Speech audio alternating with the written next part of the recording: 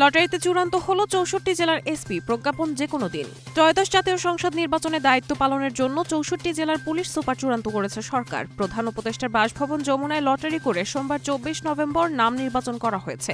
শিগগিরই পর্যায়ক্রমে তাদের পদায়ন করা হবে বলে জানা গেছে। সংশ্লিষ্ট সূত্রে জানা যায়, জেলার পুলিশ সুপার নির্বাচনের ক্ষেত্রে প্রথমে অতীতে এসপি হিসেবে দায়িত্ব পালন করেছেন এমন কর্মকর্তাদের তালিকা থেকে বাদ দেওয়া হয়েছিল। এরপর পুলিশ ক্যাডারের ২৫, ২৭ ও ২৮তম ব্যাচের কর্মকর্তাদের মধ্য থেকে যাচাই বাছাই করে একটি ফিট লিস্ট প্রস্তুত করা হয়। সেই তালিকায় থাকা কর্মকর্তাদের মধ্য থেকে ম্যানুয়াল লটারির মাধ্যমে ৬৪ জনকে নির্বাচন করা হয়। প্রাথমিক শিক্ষকদের ৩ দিনের কর্মবিরতি শুরু, বন্ধ পাঠদান। ৩ দফা দাবিতে দেশজুড়ে ৩ দিনের পূর্ণ দিবস কর্মবিরতি শুরু করেছেন সরকারি প্রাথমিক বিদ্যালয়ের সহকারী শিক্ষকরা। এতে করে সারা দেশের প্রাথমিক বিদ্যালয়ে পাঠদান বন্ধ রয়েছে। পূর্ব ঘোষিত ৩ দফা দাবি আদায়ে দীর্ঘদিনের আন্দোলনের পরও সরকারের পক্ষ থেকে দৃশ্যমান অগ্রগতি না পাওয়ায় এই কর্মসূচির ডাক দিয়েছে প্রাথমিক সহকারী শিক্ষক সংগঠন ঐক্য পরিষদ। মঙ্গলবার ২৫ নভেম্বর শুরু হওয়া এই কর্মবিরতি চলবে বৃহস্পতিবার ২৭ নভেম্বর পর্যন্ত।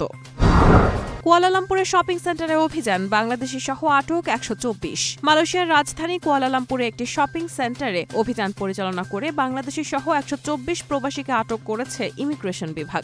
সোমবার দুপুর ১২টা থেকে ১:৪৫ পর্যন্ত এই অভিযান চালানো হয়। কুয়ালালামপুর ইমিগ্রেশন পরিচালক ওয়ান মোহাম্মদ সাউপি ওয়ান ইউসুফ জানান, অভিযানে মোট ২০৫ জনকে তল্লাশি করা হয়। এর মধ্যে ২০ থেকে ৫৯ বছর বয়সী পাকিস্তান, বাংলাদেশ, মিয়ানমার, ভারত, ইন্দোনেশিয়া ও থাইল্যান্ড ১২৪ জন অবৈধ প্রবাসীকে আটক করা হয়েছে।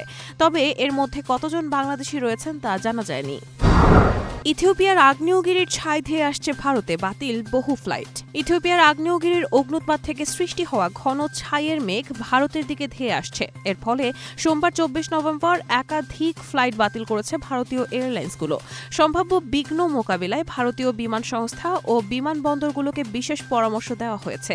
এরই মধ্যে ছাইয়ের মেঘ উত্তর ভারতের আকাশে প্রবেশ করেছে। রোববার ২৩ নভেম্বর প্রায় ১০ থেকে ১২ হাজার বছর পর জেগে ওঠে ব্যাপক বিস্ফোরণ ঘটিয়েছে ইথিওপিয়ার হাইলি গুবি আগ্নেয়গিরি। এতে বিশাল ছাইয়ের মেঘ লাল সাগর পেরিয়ে ইয়েমেনে ও ওমানের দিকে ধাবিত হয়। পরে সেই ছাইয়ের মেঘ উত্তর আরব সাগরের ওপর পর্যন্ত ছড়িয়ে পড়ে।